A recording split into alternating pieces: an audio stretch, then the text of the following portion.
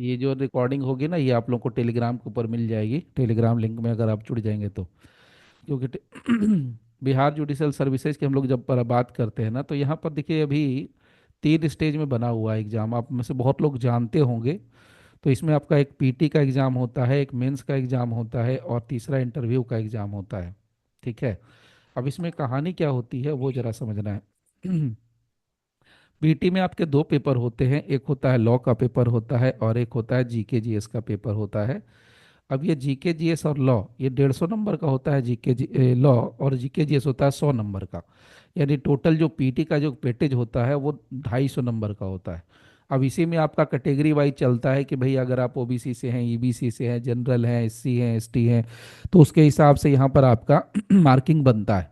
तो हर बार का अलग है, कभी 136 जाता है, कभी 140 जाता है, कभी 150 जाता है, ये कुछ भी जा सकता है। तो मेरा ये कहना कि अगर आप रिजर्वेशन में हैं, बहुत अच्छी बात है, वो निगेटिव एस्पेक्ट नहीं है। आप रिजर्वेशन में तो उसका फ़ायदा उठाइए, लेकिन आपकी तैयारी ऐसी होनी चाहिए ताकि आप जनरल वालों के बराबर में नंबर रखें। नहीं तो क्या होता है ना, माइंडसेट हमने कर लिया कि हम रिजर्वेशन में हैं, तो हमको 140 ही लाना है मान लीजिए, तो 140 से और नीचे 10 नंबर कम आ जाता है। और हम ये कहेंगे कि आप अपना जो टाइम है वो बर्बाद मत कीजिए, अटेम्प्ट बर्बाद मत कीजिए। उसमें क्या होता है ना, कभी कभी आपने एक अटेम्प्ट लिया, दूसरा अटेम्प्ट आपके पास नहीं रहा, या दूसरा अटेम्प्ट लिया, तीसरा अटेम्प्ट लिया, वो अटेम्प्ट लेने का कोशिश मत कीजिए। मेरा ये कहना है बस कि आप कोशिश कीजिए कि फर्स्ट अटेम्प्ट में ही फाइनल अटेम्प्ट हो जाए आपका, सारा का सारा एक ही बार निकाल लीजिए ना। अब उसके बाद एक और चीज़ यहाँ पर चलिए शेयर कर देते हैं आपको। दूसरा आया मेंस का। मेंस में क्या होता है, देखिए मेंस में 2 पार्ट होता है। अगर इसको मेंस को 3 पार्ट भी बना दें तो चलेगा। देखिए मेंस में 3 पार्ट में क्या क्या आएगा, एक रहता है हिंदी, दूसरा होता है इंग्लिश, जो कि रहता है दोनों 100 100 नंबर का रहेगा। लेकिन इसमें आपका जो नंबर होता है वो कभी भी जुड़ता नहीं है। आपको 100 में से 30 नंबर लाना है, 100 में से 30 नंबर लाना है, और ये आपको 30 30 नंबर लाएंगे, पास हो गए, बात खत्म हो गई। दूसरा होता है लॉ पेपर से। तो जो इसमें लॉ में आपका एक होता है जो होता है कंपलसरी पेपर। ठीक है। तो कंपलसरी पेपर में क्या होता है, कंपलसरी पेपर में हमारा क्या होता है कि कंपलसरी पेपर में हम लोग का आता है सीपीसी, अभी ये हो गया है सीआरपीसी, जो बीएनएसएस है वो हो गया है, या सीआरपीसी तो भी है, तो मैं वो भी लिख दे रहा हूँ। इसके अलावा आपका एविडेंस होता है, एविडेंस यानी कहिए कि बीएसए, भारतीय साक्ष्य अधिनियम। इसके अलावा होता है एक सब्जेक्ट होता है आर्बिट्रेशन, और इसके अलावा होता है एक small causes act, arbitration and conciliation act होता है, और इसके अलावा स्मॉल कॉजेज एक्ट होता है। ये इतने एक्ट होते हैं, एक, सॉरी, यहाँ से 1 2 3 4 और 5, ये टोटल 5 एक्ट आपको कंपलसरी होते हैं। इसका जो टोटल नंबर होता है वो 150 नंबर का होता है, यानी 150 नंबर का सवाल रहेगा। और इसमें ग्रुप बटा हुआ रहेगा, group A, group B, group C, group D, इस तरीके से बटा हुआ रहता है। ठीक है। तो यहाँ पर ये सिस्टम काम करता है। तीसरा जो यहाँ पर आते हैं, तो इसमें क्या होता है, ऑप्शनल पेपर होता है। यानी यहाँ आपको चुनने की आज़ादी है, आप क्या लेना चाहते हैं, क्या लेना नहीं चाहते हैं, वो आपके हिसाब से चलेगा। तो यहाँ पर लेकिन सब्जेक्ट में क्या चुनने के लिए मिलेगा, पहले आपको सब्जेक्ट की लिस्ट बताते हैं। देखिए सब्जेक्ट की लिस्ट में सबसे पहला आता है, वो आता है कॉन्स्टिट्यूशन प्लस एडमिनिस्ट्रेटिव लॉ। प्रशासनिक विधि जिसको आप लोग कहते हैं वो होता है एडमिनिस्ट्रेटिव लॉ। ठीक है। दूसरा जो यहाँ पर आता है वो आता है हिंदू लॉ और मुस्लिम लॉ, हिंदू प्लस मुस्लिम लॉ, ये हो गया। ये सब एक पेपर होगा, यानी एक पेपर में हमारा कॉन्स्टिट्यूशन और एडमिनिस्ट्रेटिव दोनों इंक्लूड हो जाएगा, हिंदू और मुस्लिम दोनों ही इंक्लूड हो जाएगा। तीसरा पेपर होता है जिसमें हम लोग कहते हैं कॉन्ट्रैक्ट सॉरी और टॉर्ट। और चौथा होता है transfer of property act plus law of equity plus law of trust, यानी ट्रस्ट का पेपर। ये इसमें 3 पेपर होता है। और नीचे आ जाइए तो पांचवा रहता है जिसको हम बात करते हैं कमर्शियल लॉ। ये हो गया कमर्शियल लॉ। कमर्शियल लॉ में क्या क्या चीजें होती हैं, कमर्शियल लॉ में आपको होगा निगोशिएबल इंस्ट्रूमेंट एक्ट, जिसमें सिर्फ एक चैप्टर पढ़ना होता है, चेक बाउंस वाला। अभी भी चेक चलता है, अब तो हालांकि लोग चेक से भी ट्रांसफर बहुत कम कर दिए हैं, लेकिन इसमें एक चैप्टर है चेक वाला, वो तो आपको पढ़ना पड़ता है। उसके अलावा कंपनी लॉ होता है, इसके अलावा पार्टनरशिप होता है, और एक होता है sale of goods act. Partnership, और उसके अलावा होता है सेल ऑफ गुड्स एक्ट। सोगा। अब इसमें से देखिए एक चीज जो मैंने आप लोगों को नहीं बताया वो मैं साथ के साथ और ऐड ऑन करता हूँ। ठीक है। तो यहाँ पर आपको लॉ का ऑप्शनल बता दिया, लॉ का कंपलसरी पेपर दोनों बता दिया। इसमें एक और पेपर होता है जो मैंने अभी जानबूझ के नहीं बताया, अब मैं बता रहा हूँ, यहाँ पर जीके और जीएस। तो जीके का होता है 100 नंबर और जीएस का होता है 150 नंबर, इस तरीके से रहता है।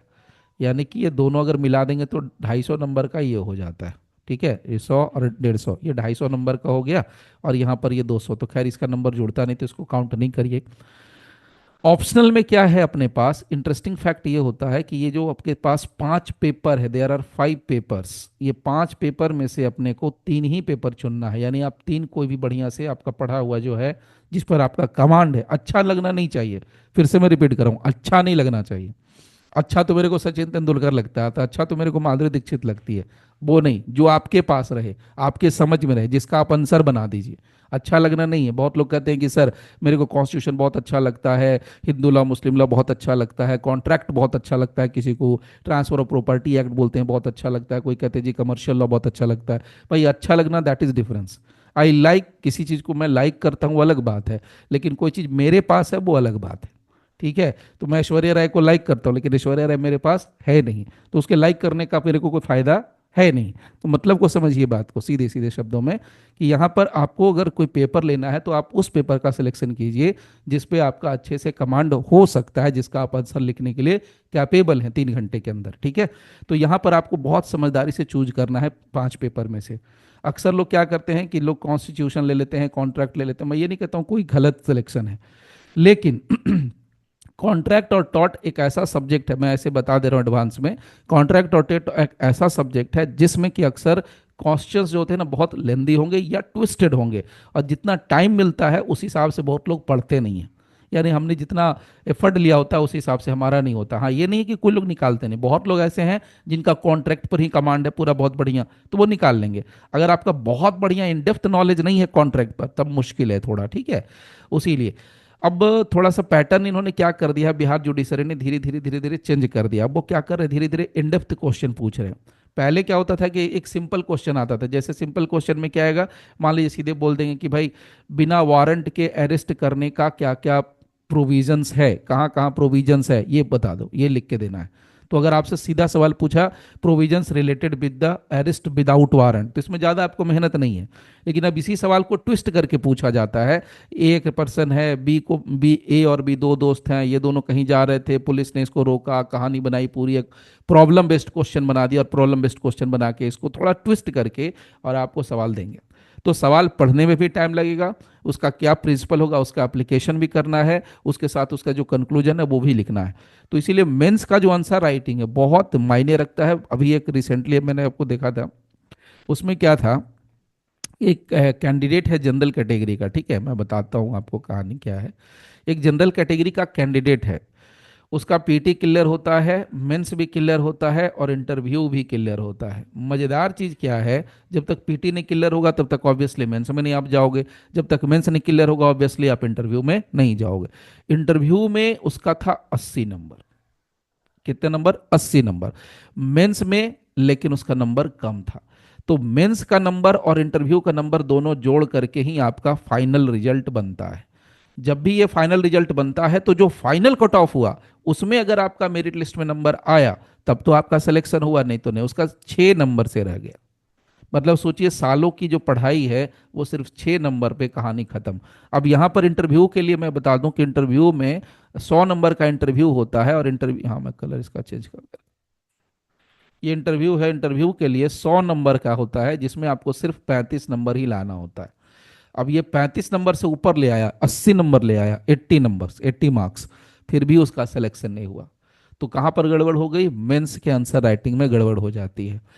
तो कोशिश ये कीजिए अगर पहले से तैयारी कर रहे हैं बहुत अच्छी बात है, अभी एकदम से अचानक से जुड़ रहे हैं या आप वैकेंसी के बाद जुड़ रहे हैं तो आपके पास मेंस का आंसर राइटिंग का टाइमिंग थोड़ा कम है, लेकिन कोशिश कीजिए कि है हो जाए।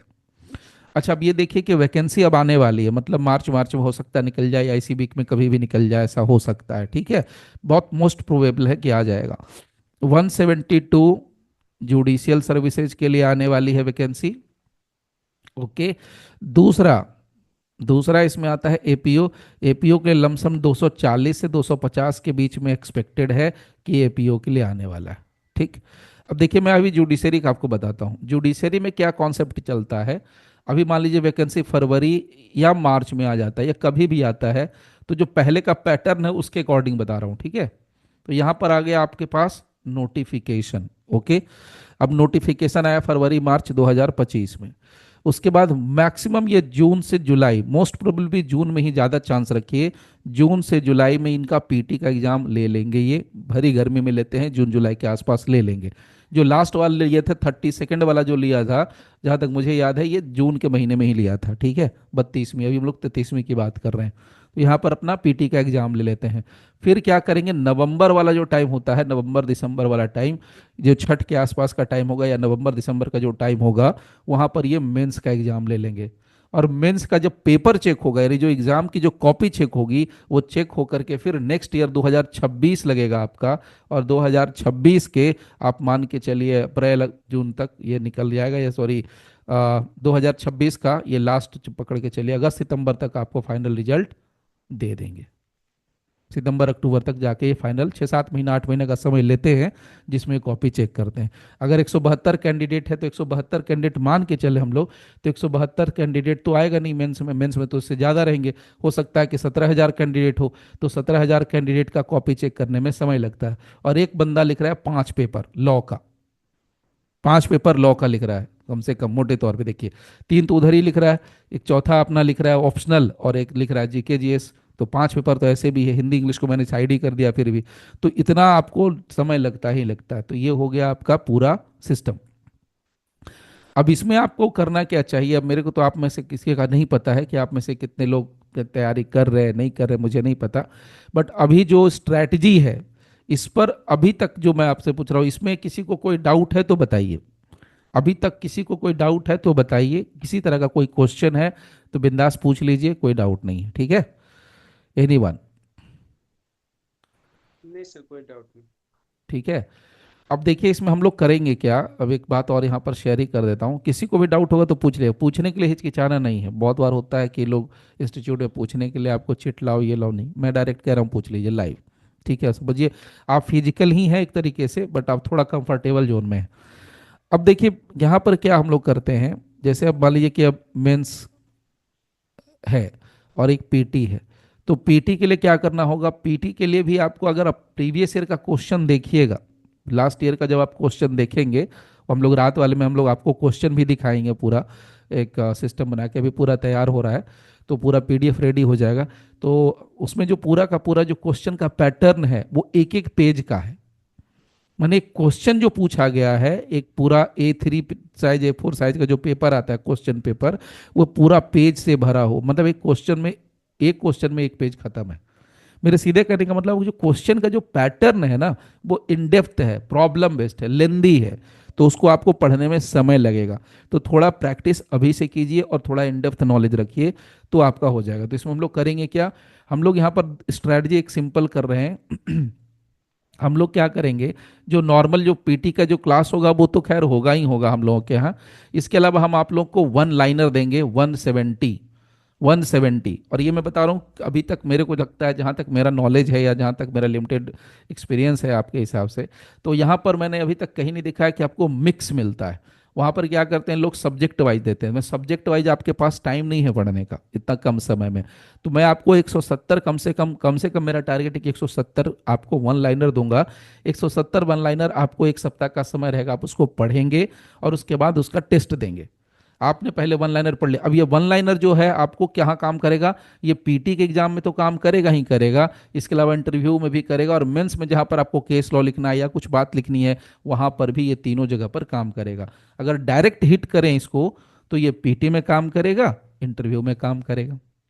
ऑडिबल सबको, आवाज क्लियर आ रही है तो बोलिए यस, ऐसा नहीं कि मैं अकेले बोलता रहूं, ये मुरारी बाबू का प्रवचन हो, आप लोग अंत बोलिए क्या बोलते हैं प्रवचन में। वो ऐसा नहीं करना है, ठीक है। तो ऑडिबल है ना सबके पास सब, आवाज आ रही है? चलिए, एक अभी मैं अभी तक तो देखा नहीं था स्क्रीन, अभी दिख रहा है, अच्छा रोहन ने वो दिया है, थम्स अप दिया है। चलिए ठीक है।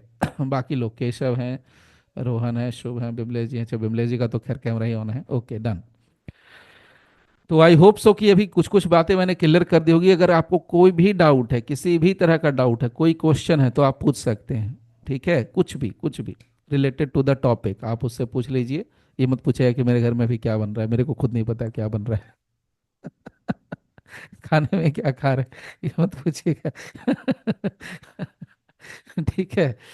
तो और अगर कोई डाउट नहीं है तो अच्छी बात है, अगर डाउट है तो पूछ लीजिए। इसका रिकॉर्डिंग मैं ऑफ कर देता हूँ ताकि अननेसेसरी रिकॉर्डिंग ना हो। हाँ जी विमलेश जी बोलिए, कुछ बोल रहे थे आप लगता है।